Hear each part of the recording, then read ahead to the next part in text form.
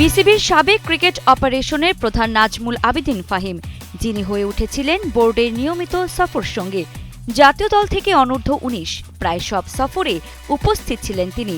2024 সালের আগস্টে নাজমুল হাসান পাপন পদত্যাগের পর ফাহিম ক্রিকেট অপারেশনের দায়িত্ব পেয়েছিলেন। অথচ বোর্ডে যোগ দেওয়ার আগে তিনি ছিলেন বিসিবির কঠোর সমালোচক। দায়িত্বরত অবস্থায় প্রায় 20 মাসে নাজমুল আবেদীন ফাহিম করেছেন 10টি বিদেশ সফর। প্রথম 10 মাসেই করেছেন 9টি। এসব সফরে তার পিছনে বাংলাদেশ ক্রিকেট বোর্ডের ব্যয় হয়েছে প্রায় 40,60,000 টাকা, যেখানে টিএ ও ডিএ মিলিয়ে বড় অঙ্কের ভাতা নেওয়া হয়েছে। এই ঘন ঘন বিদেশ সফর তার সময়ে ব্যাপক সমালোচনার জন্ম দেয়। প্রশ্ন উঠেছে, এসব সফর থেকে বাংলাদেশ ক্রিকেট কি উপকার পেয়েছে?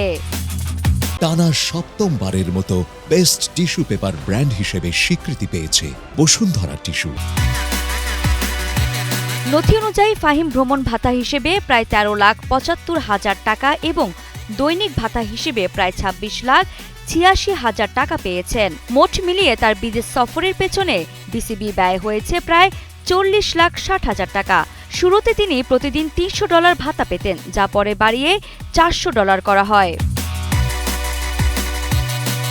সংযুক্ত আরব আমিরাত সিরিজ ও মালয়েশিয়ার নারী অনূর্ধ্ব-19 এশিয়া কাপ সহ প্রায় সব সফরেই ছিলেন নাজমুল আবেদীন ফাহিম। তবে এত ব্যয়ের পরও দৃশ্যমান সুফল মিলেনি। তার প্রথম সফর ছিল 2024 সালের সেপ্টেম্বরে ভারতে, যেখানে 7 দিনে দৈনিক ভাতা নেন প্রায় 20,57,000 টাকা। অথচ সেই সিরিজই পরে স্থগিত হওয়ায় তার কার্যকারিতা নিয়ে প্রশ্ন উঠেছে। এই বিষয়ে তার প্রতিক্রিয়া জানতে চাইলে তিনি বলেন, সবকিছু আগেই বলা হয়েছে, নতুন করে কিছু বলার নেই। আরিফা জাহান পিনয়, কালের কণ্ঠ স্পোর্টস।